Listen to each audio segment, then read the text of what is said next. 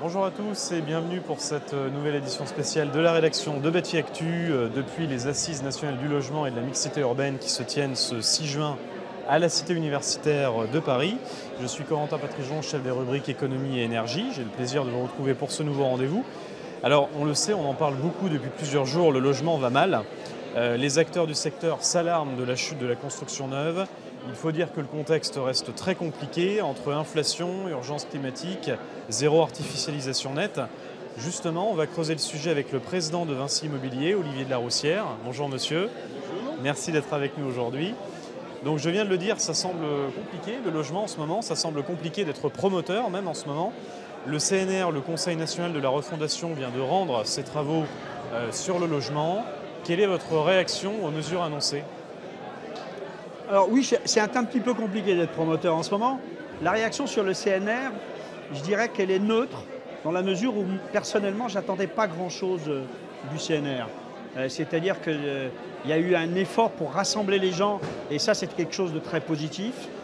Par contre, le sujet du logement est un sujet qui doit être pris systématiquement au plus haut niveau, c'est-à-dire au niveau du président de la République ou au niveau de la Première ministre ou du Premier ministre, parce qu'il y a toujours eu une opposition assez forte de Bercy, qui a toujours été très dur sur le logement, considérant qu'il dépensait trop d'argent. Et ce qui est en train de se passer, c'est malheureusement le plus petit commun dénominateur qui pouvait sortir. Alors, il y a quelques petites mesures qui sont de bonne qualité, sur le ZAD, sur ceci, sur cela, mais globalement, il n'y a aucun choc de quoi que ce soit. Et moi, ce dont j'ai peur, c'est que avec cette nouvelle action, cette politique qui a été établie par le CNR, eh bien, on va prendre un retard certain sur le logement, sur la fabrication de logements, sur la vente des logements. Et le problème qu'on a, c'est qu'on a un vrai besoin de logement à travers la France entière, et que ce vrai besoin, eh bien, il va être décalé peut-être de 3-4 ans. Et en plus, ce qu'il faut savoir, c'est qu'à chaque fois qu'on commence à décider sur un projet d'un terrain qu'on va faire des logements, eh bien, il nous faut 4 ans pour le faire. Donc moi, je dis simplement au pouvoir public, attention, tout ça va nous mettre probablement, je ne l'espère pas, mais probablement dans une crise grave de production de logements dans les années futures. Parce que d'un côté, on a les acteurs du secteur qui, pour certains, tirent la sonnette d'alarme depuis des mois en disant attention, urgence logement. De l'autre, on a le ministre du Logement, Olivier Klein, qui dit voilà, ça n'est pas une fin en soi, ça n'est que le début, il ouvre quand même la voie, la porte pour autre chose. Mais selon vous, c'est vraiment urgentissime, c'est maintenant qu'il faudrait prendre des décisions. Comme je vous le disais tout à l'heure, plus on perd du temps, plus ça se répercutera. Ouais. Ce n'est pas quelque chose qu'on peut résoudre ensuite en allant plus vite, ça n'existe pas. Je pense qu'Olivier Klein, il a été courageux dans la façon de vouloir les choses, mais je pense qu'il n'a pas obtenu malheureusement auprès de sa tutelle, auprès du Premier ministre et auprès de ses collègues de Bercy, ce qu'il fallait pour y arriver. C'est à Bercy que ça bloque apparemment. Enfin, en tout cas, c'est ce qu'on nous dit, hein, oui. Clairement. J'aimerais aussi connaître la position d'un promoteur comme Vinci Immobilier sur les grands défis qui attendent la profession, notamment le ZAN.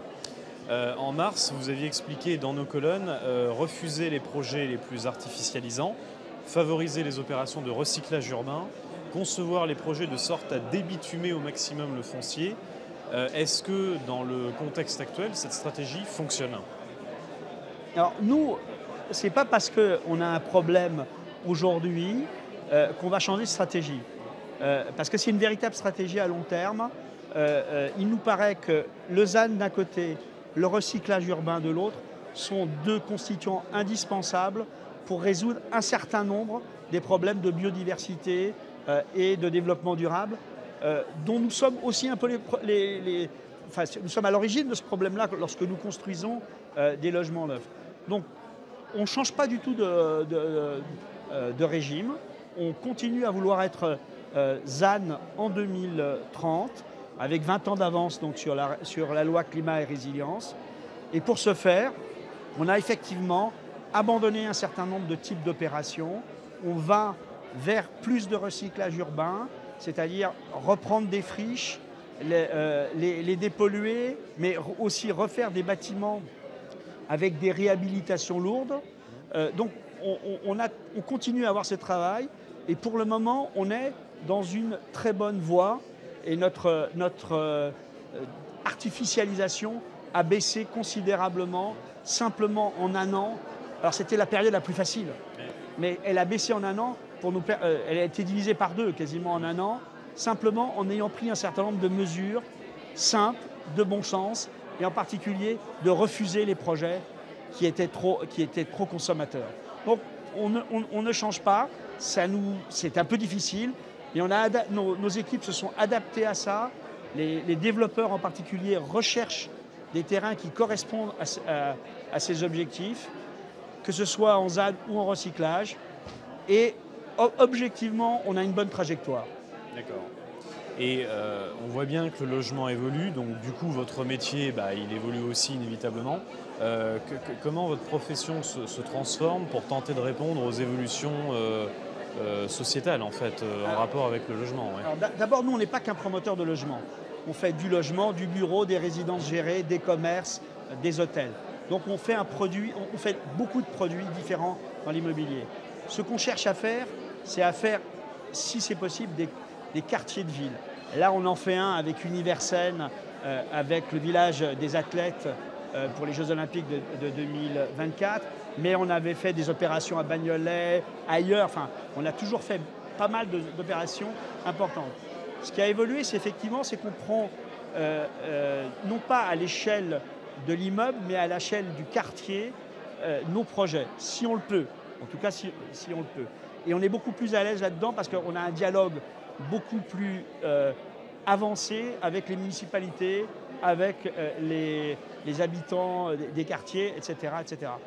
Donc, il y a une évolution forte. Nous, elle consiste, comme je vous l'expliquais, à aller vers ces 2 objectifs que sont le ZAN et le recyclage urbain. Ce n'est pas toujours facile, mais on y arrive. Vers une mixité plus forte, à la fois une mixité sociale, une mixité des usages, etc. Et aussi à créer de nouveaux produits, puisqu'on est à la fois gérant de résidences seniors, gérant de résidences étudiantes et gérant en co-living d'opérations. Donc ça nous donne un panel qui nous permet d'intervenir de façon assez diverse par rapport à nos interlocuteurs, à nos partenaires, que sont les villes, les communautés, etc., etc. Un peu comme Catherine Vautrin, la présidente de l'ANRU, qui est passée ce matin sur notre plateau et qui parlait de quartier de ville, mais de quartier de vie aussi. C'est aussi votre... Nous, c'est notre slogan à un moment, c'était rendre possible la ville de demain. Ouais. C'est-à-dire que possible à tous les points de vue et de faire en sorte que cette ville soit agréable, soit à usage multiple. Enfin, ce qui nous paraît être aujourd'hui la recherche de nos clients, qu'ils soient propriétaires, locataires ou simplement usagers.